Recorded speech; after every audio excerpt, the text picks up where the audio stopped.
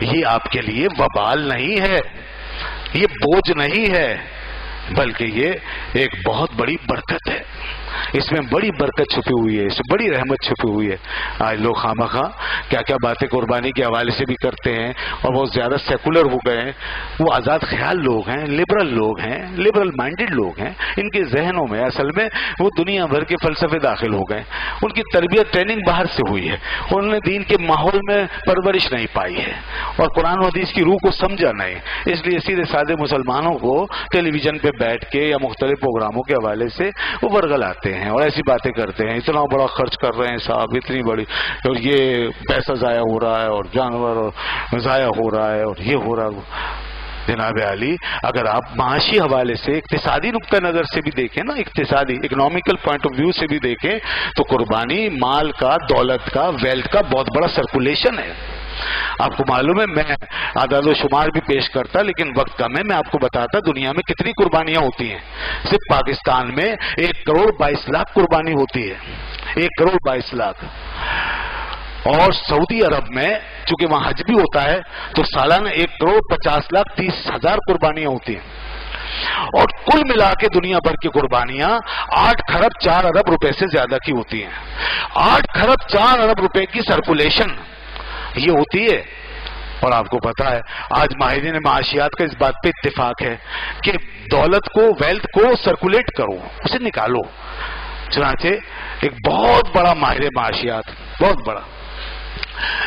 وہ کیا نام ہے اس کا، مینارڈ کینز، اس نے یہ بات کی، جان مینارڈ کینز نے یہ بات کی ہے، اور اس نے بلکہ ایک نظریہ پیش کیا ہے جو پوری دنیا میں چھایا ہوا ہے، اور وہ کیا ہے، انویسٹمنٹ ملٹی پلائر۔ انویسٹمنٹ ملٹی پلائر کا مطلب ہے کہ ایک شخص یا ایک حکومت جب کچھ روپے نکال کے خرچ کرتے ہیں تو معیشت کا پہیہ گھومنے لگتا ہے،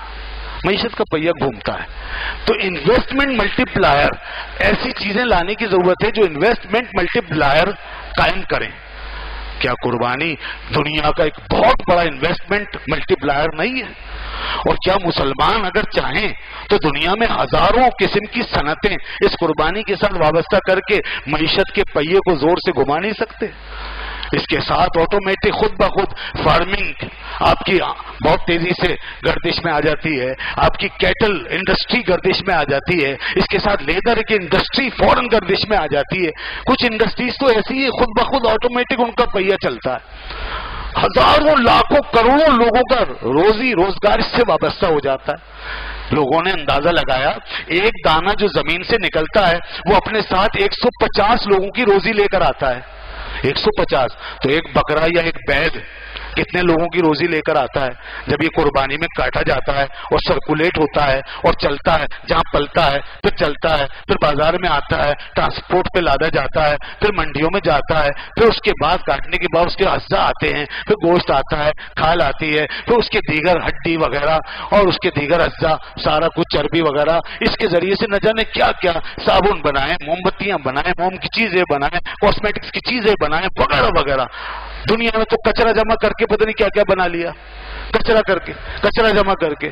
پھر اس کے ساتھ یہاں تک کہ اس کا لید، اس کا جو گوبر ہے، اس کا جو لید ہے، اس سے بھی کتنی فارمنگ میں اور کھیتی باڑی میں اور کہاں کہاں اس کے ذریعے سے آپ بہت سی صنعتیں لگا سکتے ہیں، بہت سی پیداوار قائم کر سکتے ہیں، بہت سی پروڈکشن لا سکتے ہیں، بہت کچھ ایک ایک چیز کا استعمال ہو سکتا ہے اگر آپ کے پاس ٹیکنالوجی کا ذہن ہو، اگر آپ کے اندر معیشت کا ذہن ہو، اگر آپ ملک کی حقیقی ترقی کے خواہاں ہو۔ یہ حکمرانوں کا کام تھا کہ یہ سب کچھ کرتے، مغربی دنیا نے بہت کچھ انڈسٹریلائزیشن کے حوالے سے کیا، ہم اتنے بڑے بڑے موقعوں کو ضائع کرتے ہیں۔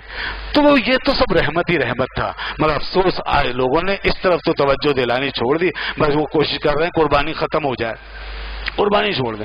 تو بھائی اللہ تعالیٰ ایسی سوچ سے محفوظ رکھے۔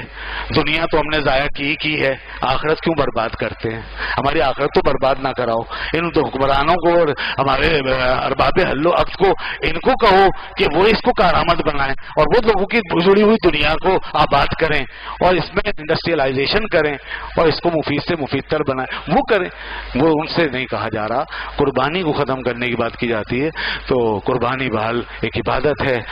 اور یہ عبادت پوری دنیا میں ہو رہی ہے، پاکستان میں بھی لوگ کر رہے ہیں، کروڑوں لوگ یہ عبادت قربانی کا عمل کرتے ہیں۔ اور خدا کی شان دیکھو، کروڑوں جانور کٹتا ہے مگر یہ جانور دنیا میں کم نہیں پڑتا ہے، اتنا کوئی اور جانور نہیں کاٹا جاتا۔ وہ جن کو کوئی نہیں مارتا کاٹتا عام طور پر، ان کی نسلیں ختم ہو گئی، ان کی نسلیں ختم ہو گئی، مگر گائیں بیل اور یہ بکرے بکریوں کی نسلیں کبھی دنیا میں نہیں سنا کہ ختم ہو رہی ہیں، بس کرو۔ یہ خدا کی شان کی برکت رکھ دی، نشانیاں رکھ دی ہیں اپنے اس نے، اس قربانی میں اللہ کی بڑی بڑی نشانی۔ میں تھوڑا سا 1-2 منٹ اوپر لوں گا، فاروق صاحب بہت پریشان ہو رہے ہیں تو اس لیے میں، آپ حضرات تو آرام سے بیٹھے ہوئے ہیں لیکن فاروق صاحب زیادہ پریشان ہوتے ہیں، تو بہرحال میں 1-2 منٹ اوپر لوں گا، موقع بڑا اہم ہے۔ اور وہ یہ کہ یہ اللہ کی نشانیاں، مثال کے طور پر اس میں ایک نشانی بہت اہم ہے، اور وہ نشانی یہ ہے کہ یہ جانور جو ہمارے درمیان اتنی بڑی جسامت کے ساتھ ہمارے ساتھ کھڑا ہو گیا، ہمارے ساتھ بندھ گیا، ہمارے گھر میں آ گیا، ہم نے رسی باندھی چل دیا،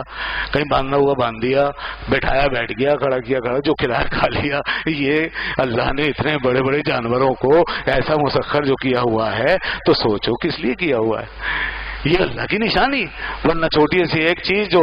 وہ درندگی کی صفت کے ساتھ پائی جاتی ہے، بلی وغیرہ، تو وہ آپ کنٹرول نہیں کر سکتے، وہ نہیں کنٹرول کر سکتے، لیکن یہ جانور اتنے بڑے بڑے آپ کی کنٹرول، یہ بھی اللہ کی نشانی۔ تو قربانی کے اس عمل میں خدا کی نشانیاں ہیں،